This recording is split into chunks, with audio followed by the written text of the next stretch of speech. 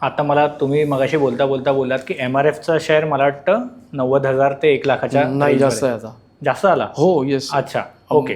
So तो 1,00,000च्या plus आहे. हां. पण 50,000 माझ्याकडे आहेत हो. आणि मला जर तो MRFचा शेअर म्हणजे म्युच्युअल फंड थ्रू घ्यायचा आहे, मग तो कसा काय घेऊ शकतो? कारण का तो आहेच ₹1,00,000 वरती. ओके, मग तो कसा काय घेऊ शकतो मी? Good question. सो जेव्हा आपण म्युच्युअल फंड स्कीम निवडतो ना, त्याच्यामध्ये तुम्हाला डिफरंट टाईप्स ऑफ स्कीम्स मिळतात. त्याच्यामध्ये कॅटेगरी असते.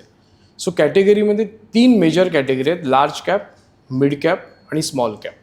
आता तुमचा हा MRFचा शेअर समजा लार्ज कॅप कॅटेगरीमध्ये येतो, तर तेव्हा जेव्हा पण तुम्ही लार्ज कॅपमध्ये इन्व्हेस्ट करता, तर त्याच्यामध्ये त्या पोर्टफोलिओमध्ये जर तो शेअर येत असेल, म्हणजे त्या पर्टिक्युलर स्कीमच्या पोर्टफोलिओमध्ये जर MRFचा शेअर असेल तर तुमची इन्व्हेस्टमेंट झाली.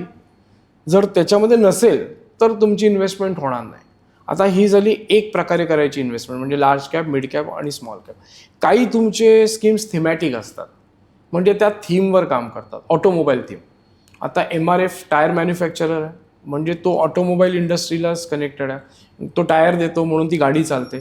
सो तुम्ही ऑटोमोबाईल थीमच्या कंपन्यांमध्ये समजा इन्व्हेस्ट करायचं झालं तर तिथे पण तुमचे पैसे MRFमध्ये इन्व्हेस्ट होतात. आणि तुम्ही MRFचा असा शेअर घेतला तर तुम्हाला एक शेअर घ्यावा लागेल. इथे तुम्ही युनिट्समध्ये घेऊ शकता. जरी त्याचा NAV, म्हणजे आता त्या स्कीमचा NAV असतो, त्या स्कीमचा NAV समजा ₹100, पण त्या ₹100 MRF सारख्या 100 कंपन्यांचे तुम्हाला शेअर मिळतात. आणि जरी तुम्ही ₹1000 जरी SIP केली, ₹50,000 सोडून द्या, अगदी ₹1000 जरी SIP केली तरी तुम्हाला MRFचा शेअर मिळतो. अशा प्रकारे करू शकता. मला तोच प्रश्न आहे पण की MRFचा शेअर ₹1,00,000 आहे एक्झाम्पल, आणि अजून कोणत्या तरी वेगळ्या कंपन्या अजून आहेत, सिएट आहे किंवा अजून कोणत्या कंपनीजचा आपण शेअर्स घेतले, ते सगळे 10 शेअर आहेत ₹5,00,000. बरोबर.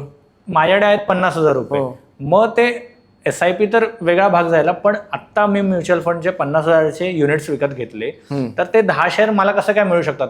कारण त्यांची किंमतच ₹5,00,000. बरोबर. आता हे कसं होतं माहिती आहे का, तुम्ही जे ₹50,000 देताय ना, तुम्ही एका म्युच्युअल फंडच्या स्कीममध्ये इन्व्हेस्ट करताय. तुम्ही MRF किंवा सिएट टायर्स किंवा JK टायर्समध्ये नाही इन्व्हेस्ट करतात. त्यामुळे तुमचे जेव्हा पैसे येतात, तुमच्यासारख्या 1,00,000 इन्व्हेस्टर्सचे पैसे त्या पर्टिक्युलर स्कीममध्ये येतात. त्यामुळे त्या स्कीमचा पोर्टफोलिओ ऑटोमॅटिकली वाढतो आणि मग ते पैसे त्या डिफरंट कंपन्यांमध्ये इन्व्हेस्ट तो फंड मॅनेजर करतो. म्हणजे तुमचे एकट्याचे 50,000 नाही होत. समजा 1,00,000 लोकांनी 50,000 दिले तर इन करोड्स ते फंड मॅनेजरकडे येतात आणि मग तो त्याच्यामधनं ते डायव्हर्सिफिकेशन करून प्रत्येक कंपन्यांचे तो इन्व्हेस्टमेंट करतो आणि तो तसा पोर्टफोलिओ बनवतो. तो it is not up to you की माझे एकट्याचे पैसे जात आहेत का. हा म्युच्युअल फंड हा कन्सेप्ट होतो आहे ना, नाव बघा ना, म्युच्युअल. सगळ्यांनी मिळून एकत्र पैसे दिले, मी एकट्याने नाही दिले. सो म्युच्युअली सगळ्यांनी पैसे दिले, ते जमा झाले, मग ते पैसे कुठे इन्व्हेस्ट करायचे? तुम्ही सांगितले लार्ज कॅप, काही जण सांगतात मिड कॅप, काही म्हणतात स्मॉल कॅप. त्याप्रमाणे मग त्या कंपन्यांमध्ये तुमचे पैसे इन्व्हेस्ट होतात. त्यामुळे तुमचे एकट्याचे ते ₹50,000 नाही जात आहेत, सगळ्यांचे मिळून जातात. अच्छा, म्हणजे ते एक कंपनी आपल्याकडे शेअर घेते आणि त्यांच्याकडे फक्त ₹5,00,000 शेअर नाही, त्यांच्याकडे ते मे बी 50 करोडचे पण असतील. आणि त्यातला आपण 50,000 आपले टाकून त्यातला एक पार्ट घेतोय. इन शॉर्ट असंच काहीतरी आहे. बरोबर. म्युच्युअल फंड हा असाच प्रकार आहे. ओके. आता म्युच्युअल फंड एक झाला आणि स्टॉक्स तर डायरेक्ट स्टॉक. सॉरी, मी इथे अजून एक पॉईंट ऍड करतो. आता हे तुम्हाला कुठे बघायला मिळेल माहिती आहे का, म्हणजे म्युच्युअल फंड हे एवढं ट्रान्सपरंट आहे की जेव्हा तुम्ही एखाद्या स्कीममध्ये इन्व्हेस्ट करता तेव्हा तुम्ही त्या पर्टिक्युलर स्कीमचा AUM पण बघू शकता, असेट अंडर मॅनेजमेंट.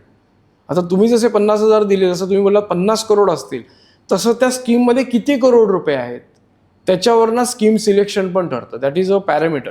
म्हणजे जेवढा त्याचा AUM स्ट्रॉंग आहे त्या स्कीमचा, तेवढं म्हणजे मी पैसे त्या स्कीममध्ये लावू शकतो.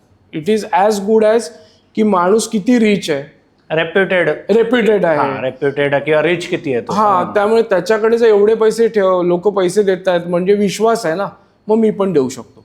ह्या हिशोबाने तो AUM जेवढा वाढणार तेवढा त्याचा बिझनेस पण वाढतो आणि लोकांची ट्रस्ट पण वाढते. ट्रस्ट करायला ऑफकोर्स. कारण काय, SBI कडे किती पैसा आहे आणि एखादी एकदम लोकल काहीतरी जसे कॉर्पोरेट बँक आहेत, कोऑपरेटिव्ह बँक, त्याच्यावर ट्रस्ट आपण ऑफकोर्स SBI वर ठेवणार. परफेक्ट. त्यांच्याकडे पैसा पण तेवढ्या मोठ्या लेवलला हँडल केला जातो आणि रेप्युटेड आहे. तसंच ह्याच्यात पण हाच प्रकार आहे. बरोबर. सो ते सगळं तुम्ही गाईड करतात की कोणता रेप्युटेड आहे आणि काही गोष्टी बघायच्या असतात. AUM बघायचा असतो, एक्सपेन्स रेशिओ बघायचा असतो. बरोबर. त्या म्युच्युअल फंडमध्ये एक्सपेन्स रेशिओ असतो. हाय द एक्सपेन्स रेशिओ तुमची रिटर्न स्लो होणार. हे नेहमी ॲडवायझरने स्वतःच्या बेनिफिटसाठी नाही बघायचं आहे, हे क्लायंटच्या बेनिफिटसाठीही बघायचं आहे. सो मी माझ्या क्लायंट्सला जेव्हा एखादी स्कीम सजेस्ट करतो, after understanding his needs and goals, मी स्कीम्सचे पण काही नंबर्स बघतो की त्याच्यामध्ये एक्सपेन्स रेशो किती कमी आहे, तो फंड किती वर्षापासून आहे, त्याचा AUM किती आहे, तो प्रूव्हन आहे ना मार्केटमध्ये, त्यांनी रिटर्न्स लास्ट 5 वर्षात, 10 वर्षात, 15 वर्षात किती दिलेत. बिकॉज म्युच्युअल फंड हा असा विषय आहे की you cannot know the future but you can always check the past. मग पास्टच्या बेसिसवर आपण ठरवू शकतो की या फ्युचरमध्ये पण असा चालेल, बिकॉज त्याप्रमाणेच मग मी ती स्कीम त्यांना सजेस्ट करतो. हा व्हिडिओ तुम्ही इथपर्यंत बघितलाय म्हणजे तुम्हाला हा नक्की व्हिडिओ आवडलाय. ह्याचा फुल व्हिडिओ आमच्या मेन यूट्यूब चॅनलवर आहे, तो पण जाऊन तुम्ही बघा. आणि आमच्या इंस्टाग्रामवरती आम्ही बरेच ह्याचे शॉर्ट्स आणि रील्स ह्याच्यावर अपलोड केलेले आहेत, त्या नक्की तुम्ही बघा आणि माझं चॅनल फॉलो करा.